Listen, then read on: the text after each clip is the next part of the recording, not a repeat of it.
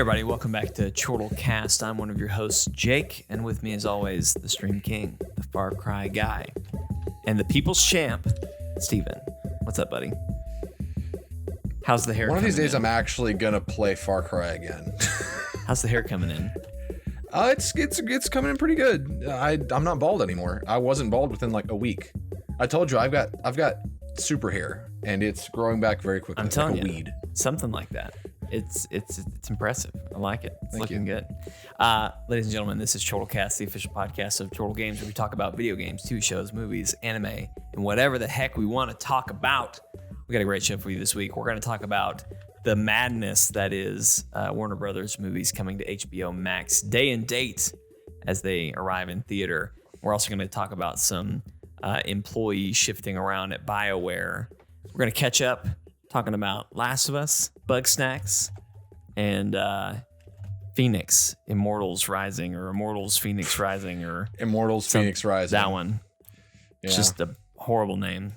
It's It so really is. unfortunate that Monster had to be jerks about it, you know. Just dumb. What was it that caused the legal dispute for that? I'm pretty Do we know? sure it was Monster Energy Drink. If memory serves, it was Monster. What? It was Monster Energy Drink had a fit because So stupid. I'm telling you, look, they already had their presence in video games in Death Stranding, and they didn't want any confusion I mean, they even have like the Monster Motocross game that no one cares about. Well, here's the thing. I think this was a truly missed opportunity because there should be a game called Gods and Monsters, and I want like Thor and Odin and Zeus cracking back some Monster Energy drinks and just Cracking going back. crazy. You know what I mean? Popping a few cold monsters and just going, you know? Thor and Zeus also not from the same mythologies whatsoever. But you would think they'd hang out though, right? Because they're both gods of lightning and thunder. Honestly, Zeus doesn't really hang out with anybody. He hates everyone. Everyone is beneath him. That's kind of how Zeus operates. Unless if you're a woman. Wow. Okay. And on that note, before we start into the news, we do have some housekeeping. We have a very special stream coming up this week. Of course, the Game Awards is December 10th. We are going to be doing a streaming watch along, but we're not just going to be watching. We're going to be drinking and having a great time. This is going to be our drunk stream. This is a reward tier from Extra Life 24-hour live stream that we did. We hit $2,500 and you guys get a drunk stream. So we're gonna have a drinking game. We've got a drinking game. I've got it all. I've got all my notes laid out. Stuff like drink every time Steven was right take a shot every time Steven was right about an award winner. Take a shot if Kojima is mentioned. Take a shot, or no, finish my drink if Kojima appears. So lots of fun little things. I'm so excited for Kojima to be announced as like the co-host. God. And Look, because it's not every Go time ahead. he appears. It's just if he appears. But now here is the question. Is it every time Kojima is mentioned? Yes. Okay. Every time. I'm fine with that. But not if he appears, I'm not finishing like 20 drinks. Like if he shows up every time, I'm not. Man, I don't know, Jake. I don't know. If you guys have any suggestions for what we should add to our drinking game, let us know in the chat or join our Discord. You can get to that in the link in the description. Let us know your suggestions. Can't guarantee that they'll make it in, but we'll have it and it might make it in. So we like those suggestions. But anyway, that is happening this Thursday, December 10th. The show starts at 6 o'clock p.m. Central Standard Time. Last time, I thought it was 8. I'm horrible at math. I'm even worse when it comes to time zones. So I have now officially confirmed. You also can't read, everybody. I can't read. I have a 10-word limit that once you hit 11 words, I don't know what you said or what's on the page. 6 o'clock when we're going to start. That I'm pretty sure that's when the pre-show starts. The pre-show is probably going to run an hour. So they always do announcements. They always do. Some of the awards happen during the pre-show. Yep. So, you know, be sure to don't miss it is what I was about to say.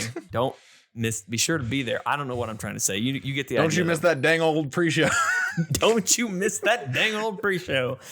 So anyway, we're going to start at 6 as well. We'll probably end up starting a little bit earlier, like 5:45, just to kind of get rolling, explain the drinking game and all that jazz. So be sure to tune in for that. It's going to be a lot of fun. So we're going to have a good time. But let's jump in. Yeah. Let's talk about the news this week. Starting. Give me just a sec. Do what? Hold on. I gotta call my light guy for the program. Give me like 2 minutes. Gotta call my light guy. Call my light guy. Call my light guy.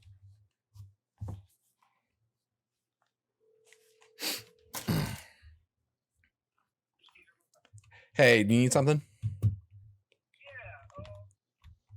Curious if you know, I got a text from Wendell about rain. Yeah. Do you know what happened there? Yeah, so it rained. I don't think it rained super hard. It was kind of a light drizzle, but we did have people go out and cover all the equipment. Okay. I think they just took like plastic tarps or whatever and put it on top of everything. I don't know what all they were able to cover and what all they weren't, but when I glanced outside, because they were doing that in the middle of service this morning, so I was stuck running all that. But it looked like they got everything. Okay. Well, do you know if they moved anything on lighting? Like, did they bring the crank stand? I don't believe they moved any lighting. I think they just kind of covered everything as is and hope for the best.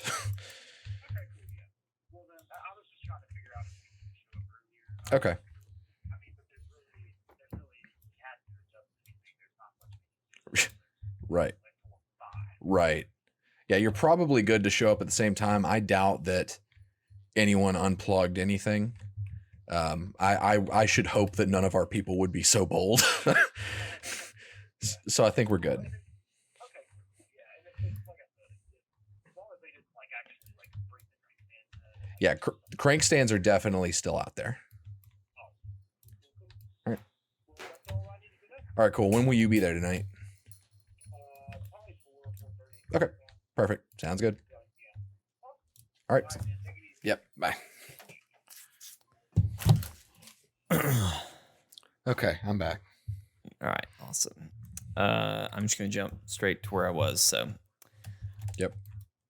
All right, enough of that. Let's jump into the news, starting with Warner Brothers has announced that all of their movies for 2021 will be releasing the same day as theaters, straight to HBOMax.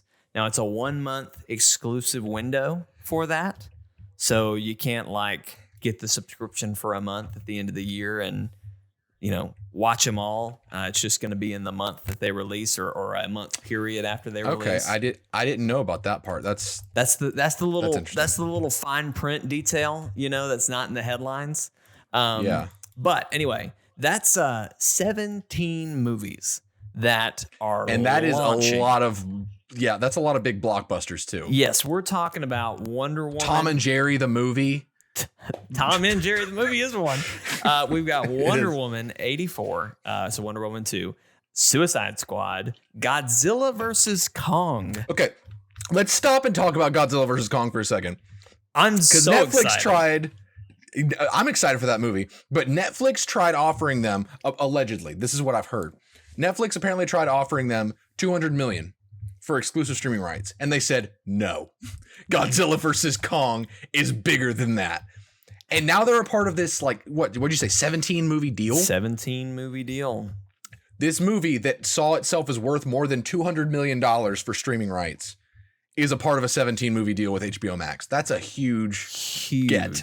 I mean, but the list goes on. Just to some it's ones, a big list, yeah. Some ones that just are catching my eye. So obviously Godzilla vs. Kong, I'm real excited about that. Suicide Squad, that's a big one. I'm not excited about it. Wonder Woman, Dune is coming to this. That's huge. That's huge. Too, yeah. There's a lot of other ones I don't really I've heard about, In the Heights. That's I think that's a musical, but I could be wrong there. There's one called Those Who Wish Me Dead, Judas the Black Messiah. The Mortal Kombat movie is coming. Space Jam: A New Legacy is coming to this. So A lot, and the list goes on a lot. There's a Conjuring, The Devil Made Me Do It. Let's see, Malignant. I don't know what that is. The Many Saints of Newark. King Richard. I haven't heard of that one. The Matrix 4. I don't know. I didn't even know there was a new Matrix movie coming. Anyway, huge movies. All coming to HBO Max. Now I've been subscribed to HBO Max for a little while. I think I got a cheap, like I got in on like a deal for like your first year. You only pay like 10 a month or whatever it is, or instead of the 15 or whatever. But I've been happy with it. I mean, I've caught up on some different shows. Like I think I watched Over the Garden Wall through that. I've been watching the Harley Quinn cartoon series that was on DC Universe Online. And then obviously, I've been a Westworld fan and Game of Thrones, so I watched some of those with it. But anyway, I'm keeping it now. I'm definitely gonna watch all these. When this happened, Steven and I, we text back and forth about it, and our immediate thought was like, well, wow, that's the nail in the coffin for theaters. Yep, rip theaters. Because obviously, well, it's an interesting take, because I think it was Brody who chimed in and was like, well, it's a whole different experience to go to a movie. Yeah. In theaters, because you got the big screen, you got the surround sound, like it's a whole thing. You got the communal experience. I'll never forget. Like I missed the days of doing the midnight releases of Avengers movies, because I think it was the first Avengers. I went, and it was just like, this is the greatest movie going experience I've ever had, because you're just screaming with everybody. Yep. But I mean, Infinity War, when everyone dusts, and just the sorrow you hear in all of the fangirls when Bucky dusts away, like just like how it was silent and you just hear gasps from people as their favorite character. Like those kind of moments, awesome. They're probably going to be gone pretty soon. One of my favorites is Frozen, when it's revealed that Hans is a cheat and a liar. Seeing that for the first time on the release night, and everyone's audible. What? Like that was, and even not, even I'm sure people who didn't go to the midnight experience that. I know later movies that I went to see that with other people, like I'd always watch them for their first reaction of that. So yeah, there's definitely an experience with going to the theater.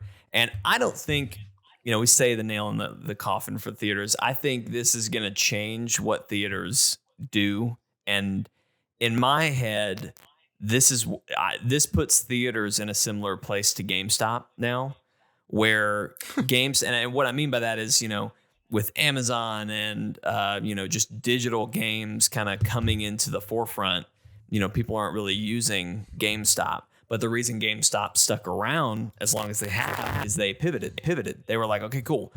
We need to become a hub for all things that gamers like. So Funko Pops, we need merchandise, we need special deals for physical stuff. And like, obviously people still have physical copies of games. I mean, the brand new system still launched with the disc slot, even though they did have separate consoles that didn't. It's obviously that's still gonna prevail, at least for a while in gaming.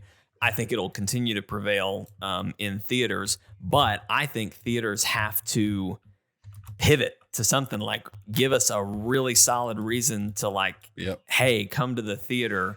Other than just it being a bigger screen and whatnot. But one of the things I suggested was they should all do it like the Alamo Drafthouse or the AMC theaters, where you have a dine-in experience, where you can order food and get drinks and all that sort of stuff. It's very expensive, though, doing that. So I would kind of like it if they maybe were like, okay, this is going to have to become our standard just to pull people in.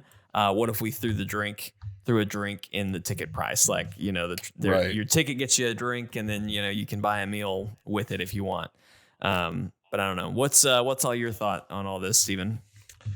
I personally think that what could end up happening is that theaters, in the way we know them, will become could become a thing of the past, and movie going could be more of a concert like experience, right? To where you will have venues that are equipped for theaters, but That's they not the may only say thing like they do. right, and they may say like during this weekend in the month of May, we'll be showing these movies. Get your tickets now before they sell out. Stuff like that, to where it is more of a timely event rather than just theaters having their theatrical run or movies having a theatrical run, and theaters that expectation of all theaters having all movies that are doing theatrical run. It's going to be more of a selective kind of thing, and they're going to be much less widespread. But I do think that there will be those kind of gimmick places, like you were saying, like the theaters that provide food as well. Stuff like that will stay a thing. But you got to wonder like how film distribution is going to change from this, if they are going to refrain from giving out from distributing films or giving out distribution rights and stuff like that. If it's just easier to cut out the middleman and just go straight to a streaming service, like how many movies are really going to have a quote unquote theatrical run or give out licensing to be used at venues and stuff like that. So it just depends on like what venues are going to do and how film distribution changes. Yeah, that's an interesting part of it. I hadn't even thought about. Early on in the pandemic, I forget what movie it was. I think it was Trolls World Tour. Yep. They were the ones who they just were like, "Hey, we're releasing a VOD of this. Go download it here, buy it here, rent it, whatever. Have some fun." And they reported banger numbers. I mean, just crazy money back on that. I think it was Universal Theaters was furious, just like, well, we're not showing any more. What is that? DreamWorks. We're not showing any more of these movies from this company, whatever. And I don't even know if that's still going on. AMC put out a statement about HBOMax and talking about how their frustration with Warner Brothers. And apparently, I didn't know this, but there's some sort of deal going on with theaters right now where theaters are taking a bigger cut from the movie ticket prices as an effort to try and like help them out and keep them running. And it's almost like Warner Brothers like was told that, and then they were like, well, we'd make more money if we just did it straight to direct. So let's just do that. It's cutting out the middleman, cutting them out. So yeah, it's going to be interesting to see what it does. There was something else you said in there that I thought really resonated, and I can't think of what it was. Basically, I think it was something along the lines of like, people are still going to want this kind of experience. Oh, I know what it was. You were saying like, how's that price breakdown going to happen? Like, are they not going to release things to theaters? I think it doesn't really. I don't see any hurt in. If I'm a Warner Brothers or if I'm a Disney, I don't see any harm in distributing film rights to theaters, while also having my subscription service. And I'll tell you another reason why I think that. I'm in this spot now where like Wonder Woman, I think, is coming out later this month. It is. I think that's right. I'm very excited about that one. Probably would have gone to the theaters to see it. But I'm an HBOMax subscriber. Well, I'm already paying this $10, $15 subscription a month. Do I really want to go pay $20 more to see it in a theater? Right. So I'm wondering if now it really is is going to be a question of people of like, do I want to pay the extra to go see it in theater when I already have it here at home? And like, I could just stay in my PJs and not bother about it. Or probably more likely for me, I'm going to watch a movie during lunch or something, like I'm just going to watch movies at weird times or watch half a movie here and half a movie there, which I'm not saying is the best movie going experience, but I just think it's a lot more convenient this way. So, oh yeah, totally. I don't know. It's going to be very interesting to see where it all goes and what happens from here. So definitely. Speaking of what's going to happen from here, BioWare, Casey Hudson and Mark Dara to leave the studio, quitting entirely. All current projects are still planned to continue. So I'm pulling this from IGN. Jonathan Dornbush wrote this article here, but EA has announced that Casey Hudson, the general manager of BioWare, and Mark Dara, the executive producer of the upcoming Dragon Age, will be departing the company. All currently ongoing projects, including Anthem Next, the next Dragon Age, and Mass Effect: The Legendary Edition remasters, will continue as planned despite the leadership shifts. Samantha Ryan will continue to oversee the studio, while Christian Daly, who joined BioWare from Blizzard, will now be leading the Dragon Age project as executive producer. And Christian Daly was heading Anthem Next. Yes. And he is no longer heading Anthem Next because they pulled him over to Dragon Age. And apparently Dragon Age, I don't know if this is true, but I saw an article headline say this. It's allegedly Dragon Age and Mass Effect is what caused Casey to leave.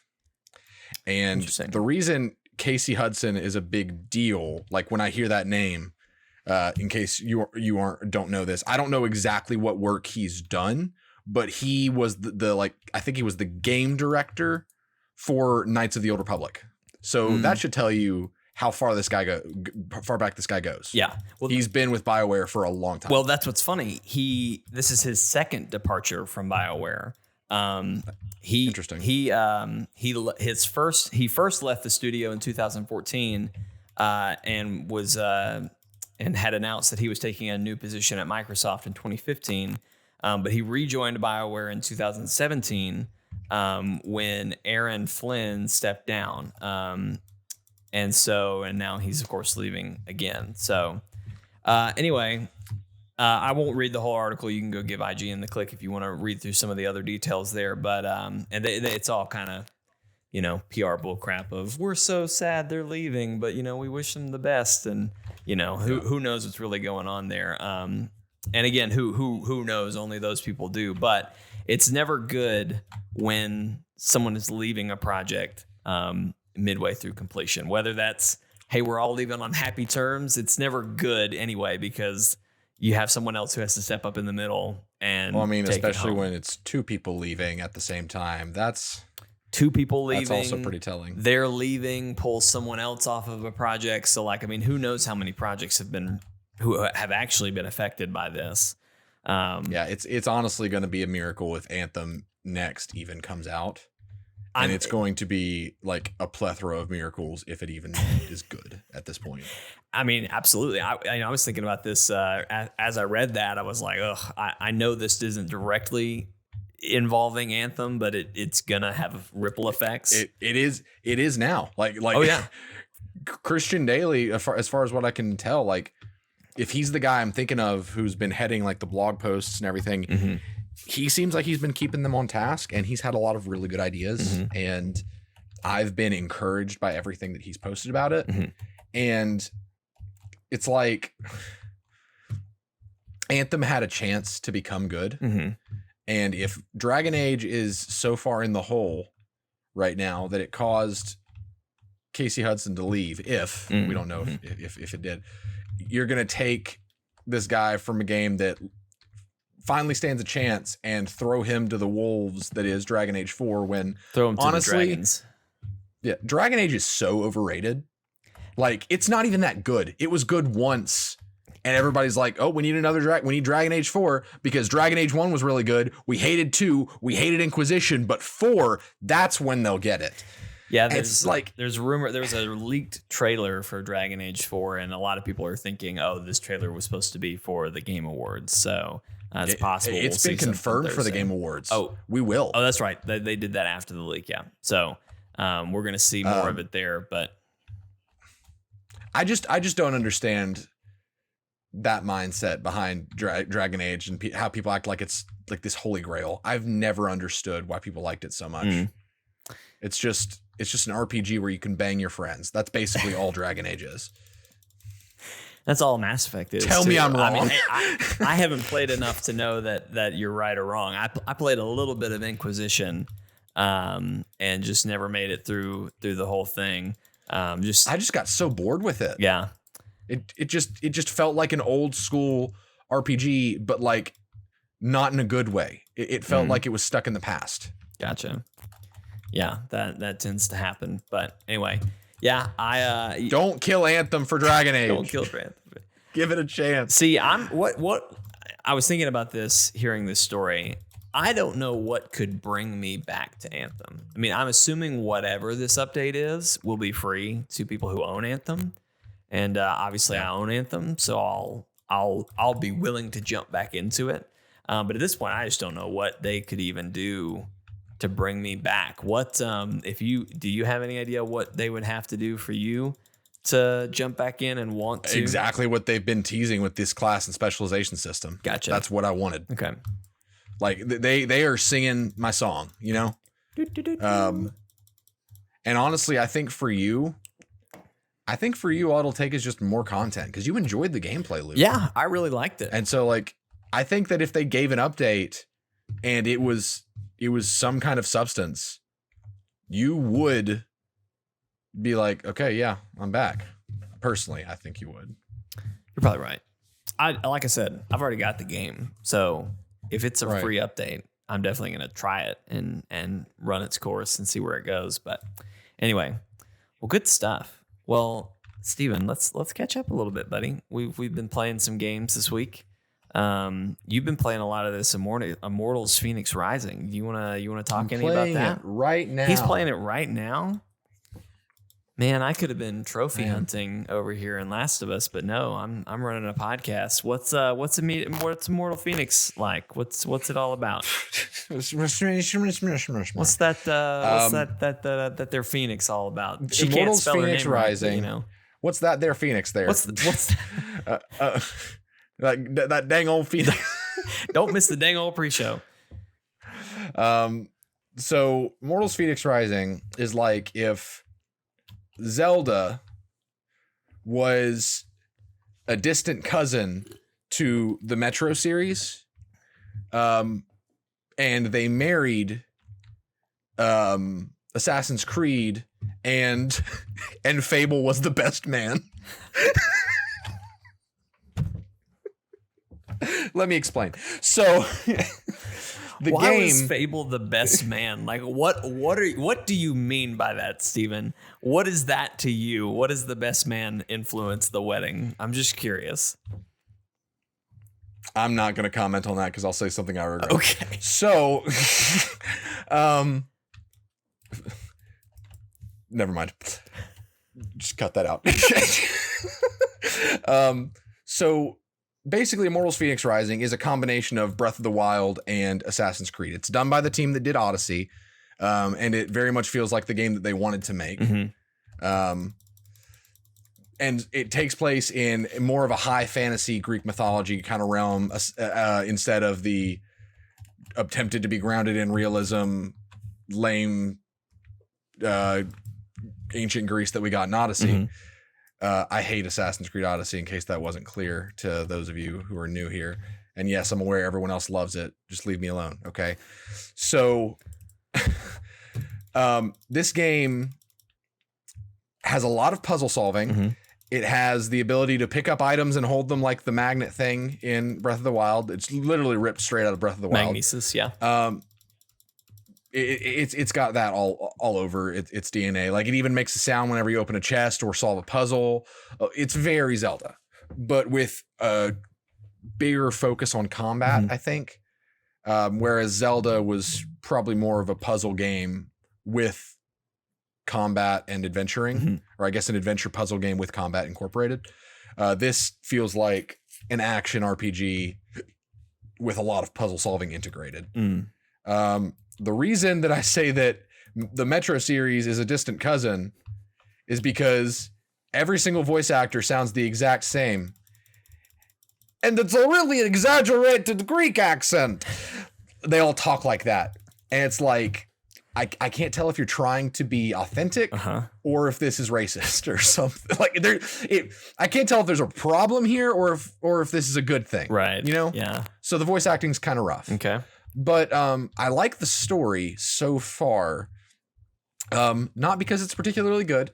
The gameplay is not particularly good. It doesn't like wow. No, it's not particularly wow or anything. It's just kind of fun. Yeah. It's like playing Zelda if Ubisoft copied all of their homework.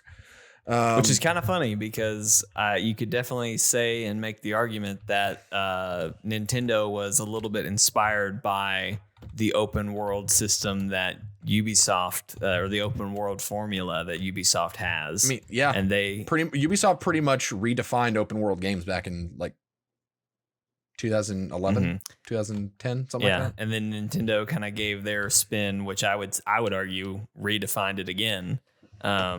With just how free that world was. But anyway, I don't want to deviate too long on it. But the story is it's Greek mythology, right? But they do it in like kind of a goofy way. But there are all the different realms of the different gods. You can get powers of the different gods. Like you can sprint really fast, and it's almost like a Hermes kind of thing. You can collect Zeus's lightning bolts. You've got a bow, a sword, an axe. Like the combat's pretty fun. It takes those high fantasy concepts and actually uses them rather than, and I said this with Assassin's Creed. I said that the one of the biggest problems with Assassin's Creed Odyssey is that it insisted that it was an Assassin's Creed game more than it was anything else. And that held it back from being good at either thing. This game is not trying to be anything that it has to be. It's just very closely mimicking things we've already seen. But it does have its own kind of aesthetic and sense of humor, I guess, because it's kind of a wacky, goofy kind of sense of humor. There's one point where the whole story is narrated by Prometheus talking to Zeus, because they're basically telling your story, and Prometheus is like, if Phoenix can save the gods, then you have to let me go. And so he's telling the story, and Zeus is kind of like chiming in, like, you know, with the self-aware commentary. And at the beginning, to get your bearings in all of the different realms, you have to climb the statue of the god that represents that realm or that area of the map. And while you're climbing the first one, which I think was Hermes, Zeus just says, wait, why are we doing this? This seems repetitive and boring. And Prometheus is like, shut up. It's a narrative device to help us get our bearings, to help establish the like they pretty much just say the whole thing of like, there's Ubisoft with their towers again. Right. And then Prometheus is Ubisoft saying, shut up. This is what you need this. So there's moments like that are self-aware and they're tongue in cheek, but they're pretty funny. And I was talking to Kalen and I was telling him that I appreciated the tone just because it's like a fun tone. But he had heard that it was kind of juvenile. Think Fable with their farts or Borderlands with just everything being sex. I haven't gotten to any points like that yet, but to me, it's just kind of lighthearted and goofy. Yeah. So I wouldn't say it's just like, it's not Fable in the sense to where you have an emote that's just fart and it's the funniest thing ever to the people who made Fable. But it is, I don't know. It's just lighthearted. It's just goofy. I don't know how to explain it. But it is like Fable in the sense of,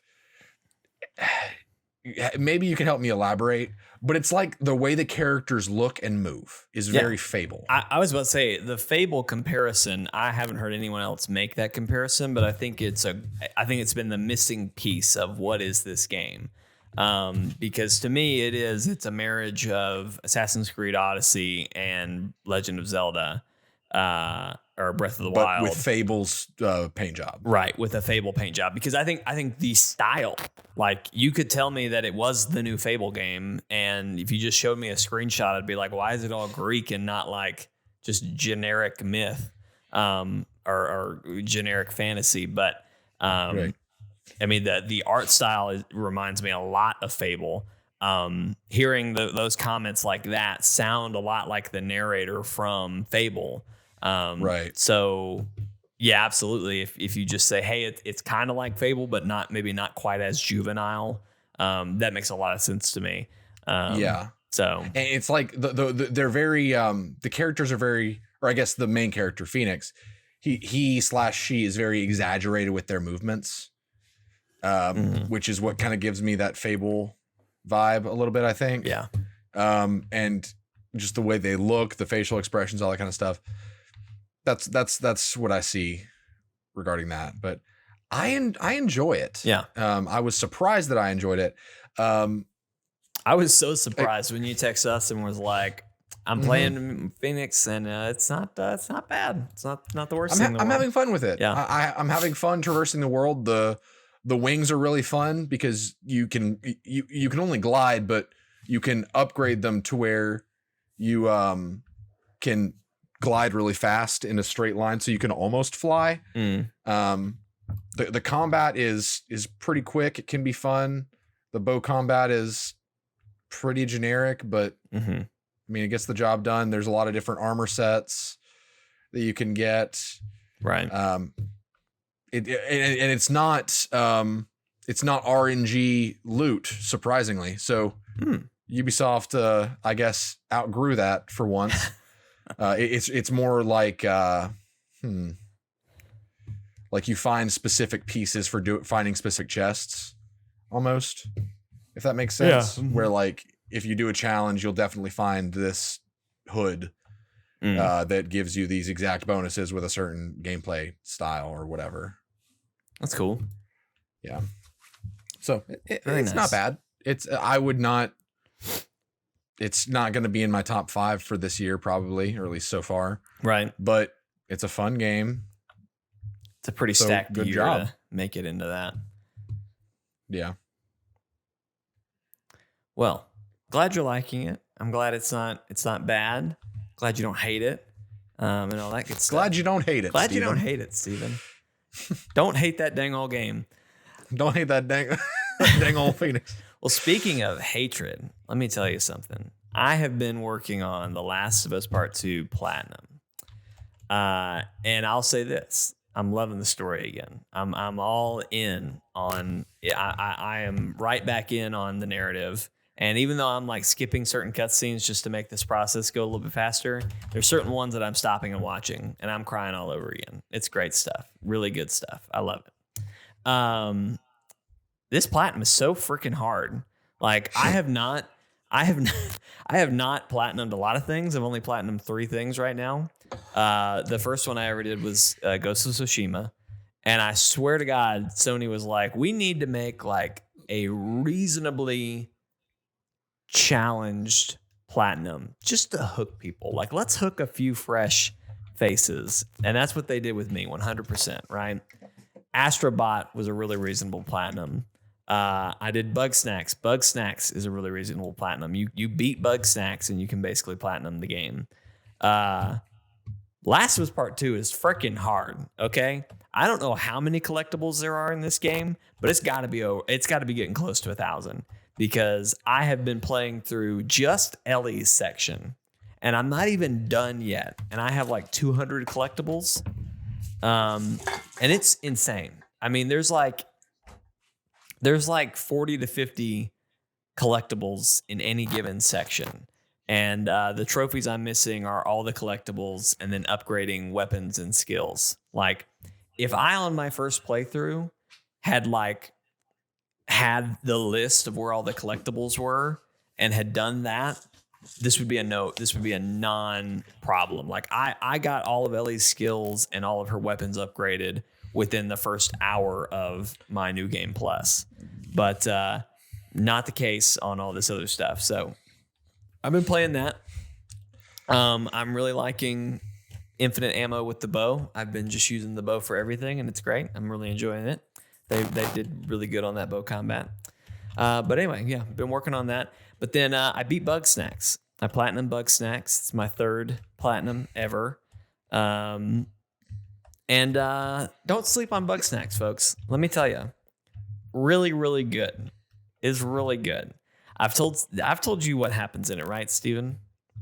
Yes. I'm going to spoil Bug Snacks for all of you, okay? And now hear me, and I preface this. Bug Snacks will not be as enjoyable for you if you listen to what I'm about to tell you. However, I understand that there are many of you like Steven who are just like, I don't care. I never will care. Just freaking tell me, all right? I understand that. I respect that. And this is a great story, so I'm willing to tell it. But if you want to play Bug Snacks, if it's on your list, skip ahead like 5 or 10 minutes, not 10, maybe 5 minutes. Skip ahead 5 minutes and let me just tell this out, all right? fair warning. Here we go. So Bugs, right? The premise: you are a news writer. You are going after this. You're going to this You're island. a bug who is also a snack. You're going after going to this place called Snacktooth Island because this woman named Elizabeth Megafit Fig or something like that. She is an explorer who has discovered an island with these creatures called bug snacks. And when you eat a bug snack, your body takes on the appearance of that bug snack. So if you eat a strawberry, which is a strawberry bug snack, your arm turns into a strawberry. Anyway, you go looking for her because she's been missing, right? The whole game, you meet this eccentric cast of characters who have been living on this village with Elizabeth. And you bring them all together. And this is the thing that I think I can praise the most to Bugsnax.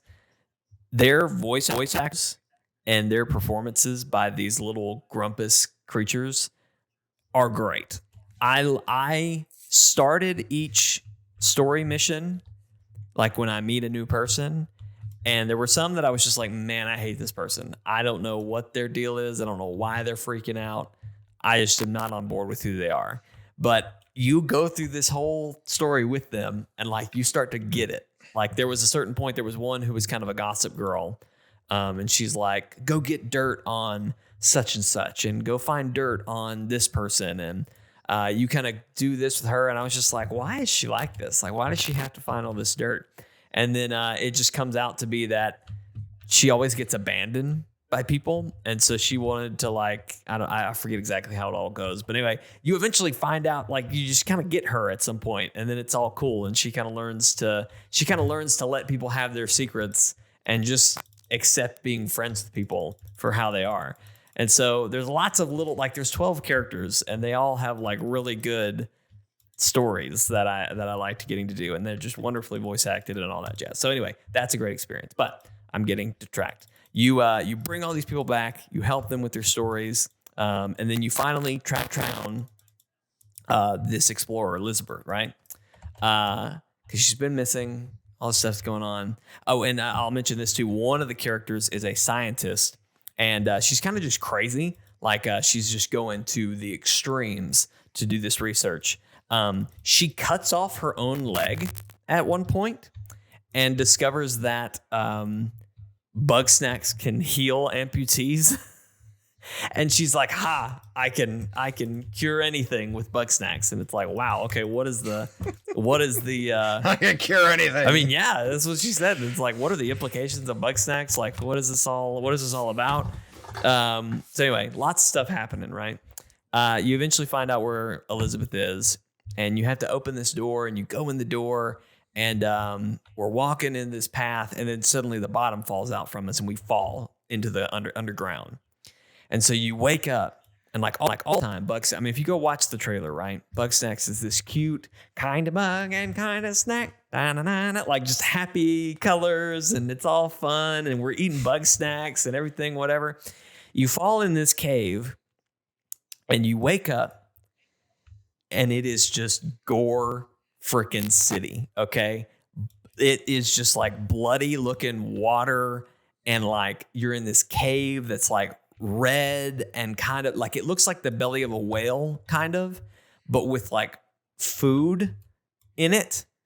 And it has this kind of freaky, gross, like gory almost kind of feel. And you're like, I was freaking out. I was like, what the hell have I just fallen into? And so I start walking through, kind of like trying to figure out where I am. And suddenly I see this like humanoid food monster in front of me. And like you feed people bug snacks, right?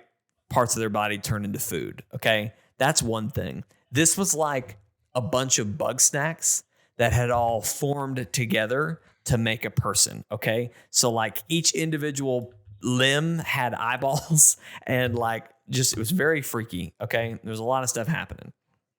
So anyway, that freaked me out. You follow it along. Eventually you find this huge, there are boss bug snacks. Okay. One is a supreme pizza called Mothra Supreme, I think is what it is. There's all these boss bug snacks. You see like this monster amalgamation of all the boss bug snacks that you had fought. And then like out of its center body, like this huge neck comes out and like comes up to your character, and the head is Elizabeth, and she's like merged with them. And she goes, "Oh my gosh, I'm so glad you found me. I've been trying to tell you guys," because like some kind of creepy things had happened. Like people were like, "I saw like a figure and then it separated, you know, whatever." Like you had kind of gotten hints, and apparently it was her. And so Elizabeth was like, I've been trying to connect to you guys and let you know, like, bug snacks are parasites. You need to leave this island. And so she describes how bug snacks are all one sentient being. This island is a bug snack, and it is trying to consume people. And the way it works is you come here, you eat a bug snack, and then you just want more. You become addicted to bug snacks. And so you eat more and more and more until you become a bug snack, and you become part of the island. And so, and it's even scarier because Liz describes how she figured all this out. Whatever the place we had to press all the buttons and get in the door, and where I fell underground, she had gone through that same thing and fallen. But when she hit the ground inside the cave, she was swarmed by bug snacks, and she describes how they forced themselves into her mouth, and that's how they like overtook her body. But she said she like held strong mentally and was able to like kind of take control of them and kind of hold the island back to save everybody. Anyway, very dark freaking shit going on. Right. And it was a complete left turn. And so after that, you escaped the island, and all these tools that you had been using to safely catch bug snacks for consumption later, you were fighting them all off. So you were literally fighting all these enemies and everything. So it was crazy. It was quite a ride. And like I said, I highly recommend it. But that's honestly the best part of it. It's all that right there. So anyway, it was cool. It was a lot of fun. Not quite a secret Resident Evil, but I'll take it. There you go. It's the best you're going to get. Hey everybody, thanks for watching this episode of Chortlecast. We do hope you've enjoyed it. If you did, there's a couple things you can do to help us out. Number one, you're watching on YouTube. You're already at chortlegames.com. You can like this video, share it with your friends, leave us a comment, all that fun stuff. You can also find the podcast on our Facebook page, where we do it live there as well. Do it live. That's the thing I just said. We do it live up in there. We do it live up there on Facebook. That's at Chortle Games on Facebook. You can go there, of course, like, share, follow the page, all that good stuff. We also put the podcast on Apple Podcasts. So if you're an Apple Podcast person, you can listen to it there. Listen to it on your commute. Listen to our lovely dulcet tones, whatever we are, whatever we say. If you don't like any of those, you can't find the podcast anywhere else, so I apologize. But we do live stream throughout the week, and we also live stream on Twitter, which is also at Chortle Games, or on Twitch, which is twitch.tv/Chortle_games. So lots of fun stuff happening. Big week for us here at Chortle Games. Obviously, the podcast you're watching is airing on Monday, 12 o'clock Central Standard Time. But tomorrow, Kate Bishop comes to Marvel's Hopefully. Avengers. Hopefully. That's true. This is what they told us. Is it going to happen? I don't know. I believe in crystal dynamics. Personally. I do. believe in crystal dynamics. So I'm sure she will show up, and I'm hopeful that it's going to be great. And I'm excited. We're excited. We're going to live stream. We're going to attempt to do a live stream when she comes out, barring any technical issues. We're going to play her, get through some of her story, see how she is, all that good stuff. And then, of course, Thursday, we are doing our live reactions to the Game Awards. Of course, that's also going to be our drunk stream. So we're going to be doing a drinking game. So come be a part of that. It's going to be a lot of fun. And then we, of course, usually stream. Normally we stream Thursday, Fridays, and Saturdays. Of course, drunk Game Awards reactions happening Thursday. So that's going to be your stream there. Friday and Saturday, we normally do a live stream. Steve and I are actually both working a wedding this weekend. The same wedding. The same wedding, which is really exciting. I love it when that happens. I might, depending on how Thursday night goes, right? Friday, I might be able to do a short Cyberpunk stream, which is crazy to me to think that Cyberpunk comes out this week. Like, it has not. We hope. We hope. Don't order any t-shirts. Funny you say that, because Jinx was having a sale the other day, and I looked through some stuff, and I was like, "Is it really worth it, though? Like, do I want to?" There was part of me that was like, I should order one the week of launch just to test the theory. You know what I mean? We've made these jokes, we've had our laughs, but is it real? That's what I want to know. When I tried to stream on Saturday night and Immortals didn't work, Kaylin asked the question, did Jake order an OBS t-shirt from Jinx? So I have two questions. Number one, does that exist? Because I don't like OBS enough to have one, but that's pretty cool. Probably not. I feel like I had another question there, but I guess not. But anyway, haven't done that. But anyway, I'm going to try to do a Cyberpunk stream Friday afternoon. We'll see how that goes. Again, depends on time. I've got to do a little bit of travel, and then who knows how I'm going to be feeling after Thursday. So we'll see how that goes. And then Steven is going to cover stream on Saturday. Steven, did you pre-order Cyberpunk, or are you going to kind of come in later? Still don't know what I'm going to get it on. Okay. All right. I can't decide on PC or PS4. I kind of want to play it on PS4. I feel like that'd be a more fun experience. And by PS4, but at you the mean same PS5, right? PS5, Okay, correct. Great. Just make sure. But at the same time, like, my PlayStation is in the living room, right? And I don't want to like force Anna to listen to Cyberpunk, right, or see Cyberpunk all the time, because even though I'm going to try to avoid some certain activities, right, I'm sure it's going to be one of those games that you'll just be walking down the street and you'll probably see like some dude getting oral sex on the side of the street because it's Cyberpunk 2077. So I don't know if I want to like be like, oh hey, how was work? Here's a guy getting head over there on the corner. You know? Yeah, I get it. Yeah, yeah, I understand that. I just didn't know if you were getting it. That was something you might stream Saturday or not. But anyway, we'll see. We'll see. Steven's going to cover the stream Saturday, though, so look forward to that. But anyway, it's a really long way for me to say. Did you guys think that I was going to say the words "there's a guy getting head over there" in my answer to that question? Because I sure didn't. I didn't know that would be a phrase that we'd say in 2020, but here we are. So there you go. Ladies and gentlemen, that's it for our show. Thank you for watching. Thank you for being a part. Steven, thank you for your opinions and talking points, as always. We appreciate you.